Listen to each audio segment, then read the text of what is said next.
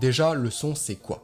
Quand tu parles, ça fait vibrer de l'air. Et cette vibration, c'est ça le son. Ces vibrations sont des ondes sonores qui sont invisibles mais bien présentes. Et le micro, justement, va capter ces ondes et les transformer en tension électrique. Voici à quoi ressemble une courbe de tension du son. Ce qu'il faut comprendre de cette courbe de tension, c'est deux choses. Déjà, la fréquence de la sinusoïde, qui est la hauteur du son. Par exemple, un son hyper aigu, Comme la voix de Michou va produire une fréquence élevée, donc une sinusoïde resserrée, quand son Grave, comme la voix de Batman, va elle avoir une fréquence beaucoup plus lente. La deuxième chose à retenir sur cette courbe, c'est le volume du son, qui est représenté par la hauteur de la sinusoïde. Et donc ces deux éléments permettent déjà de transformer le son en un signal analogique. Ensuite, maintenant qu'on a un signal analogique qui représente donc la tension en fonction du son, l'objectif à la fin pour avoir un fichier wave, ça va être de transformer ce signal analogique en signal numérique, c'est-à-dire un signal avec des chiffres. Là, il va falloir s'accrocher, mais en réalité, c'est pas très compliqué. Je vais te faire des schémas explicatifs.